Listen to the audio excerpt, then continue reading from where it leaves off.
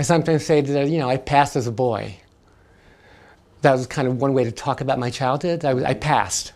I had, kind of transgendered feelings when I was somewhere 4 or 5 years old, and somehow at that age, I knew absolutely that I would never tell anyone.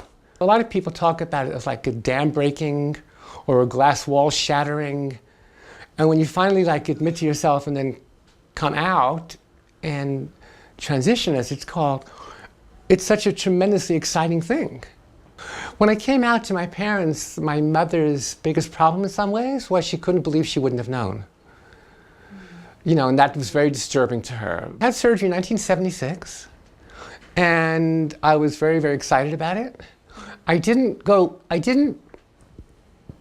plan on having surgery. I wasn't surgery-minded at first, and my position was, I am who I am. I don't need to have this medical thing to be who I am. And now that's become a kind of common idea, but no one understood that back in the early 70s. There's a big thing about admitting this to yourself.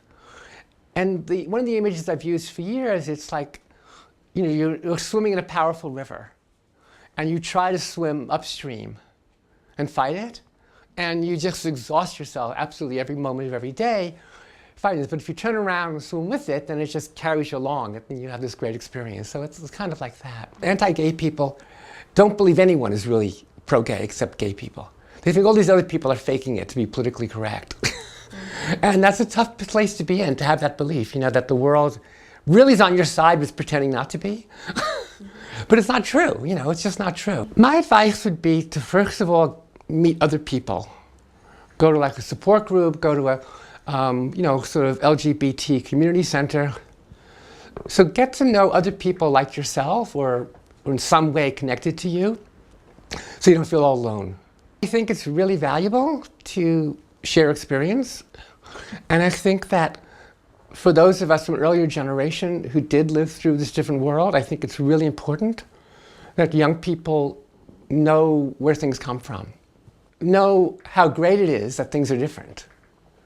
I'm definitely not one of these people from the elder generation of LGBT people who complain that younger people don't understand what it was like. I think it's great. I think it's, to some extent, I think that if young people just can't comprehend what we talk about when we talk about the oppression of the 50s and 60s before Stonewall, I think that's wonderful, because it means that we've done our job of changing the world.